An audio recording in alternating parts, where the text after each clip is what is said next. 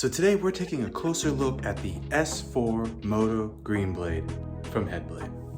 So I'm going to be breaking down what's in this limited edition box and give you my thoughts on who this blade is designed for.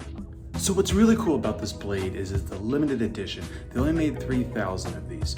More on that in a minute, but this blade was made and dedicated to its founder, the company's founder, Todd Green. Headblade will be donating portions of the proceeds to the American Cancer Society. Opening up this flip-top box style packaging and I remove that first initial foam cover, I'm immediately drawn to that blade. I mean, look at it. Look at this bad boy.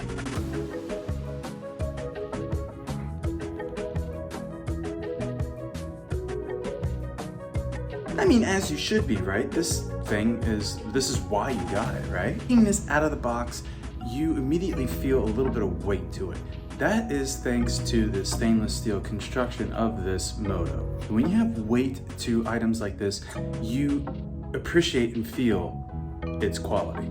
These things are made with a lost wax casting system, and then they're hand polished after they get dipped in their paint. So believe it or not, no two of these are gonna look identical. So the one you're looking at in my video, it may be different slightly in the coloration of the one you get. And if you want a link on to get one of these yourself, I'll have it down in the description. On the side of each one of these special edition blades, you're gonna see Todd Green's signature and initials. This is laser etched into this Moto blade. In the box, you also get an adapter. This Moto will take both HB6 and HB4 blades. And they also give you 3 extra HB6 blades.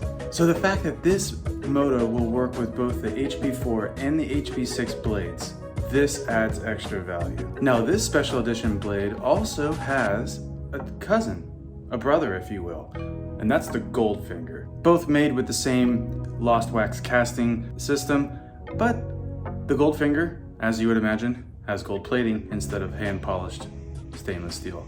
I think this blade is perfect for anyone who is already a Headblade user. I also think this blade is also for anyone who wants to escape the traditional style of shaving.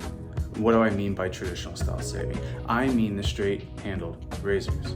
Obviously this isn't a straight-handled razor. That's who this is for. I can't wait to test this out, see how it runs, see how good of a shave I get, and then I'll be doing a follow-up as I always do.